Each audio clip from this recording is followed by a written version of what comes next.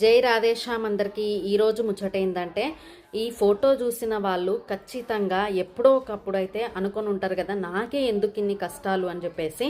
So ఖచ్చితంగా ప్రతి ఒక్కరు లైఫ్లో అయితే ఖచ్చితంగా ఇది ఫేస్ చేసే ఉంటారు.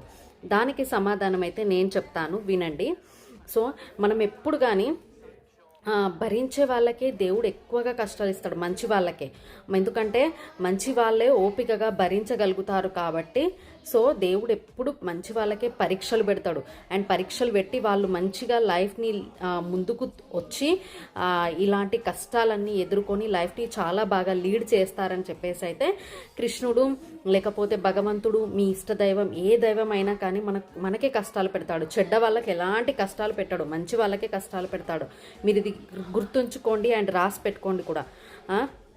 ఎందుకంటే మంచి వాళ్ళకే కష్టాలు ఇస్తాడు, వాళ్ళు భరిస్తారు కాబట్టి, అనుభవిస్తారు కాబట్టి, వాళ్ళు ఇలాంటి కష్టాలన్నీ దాటుకొని లైఫ్లో ఒక మంచి పొజిషన్లో ఉండాలని చెప్పేసి దేవుడు ఇలాంటి కష్టాలు అయితే మనకైతే ఇస్తాడు.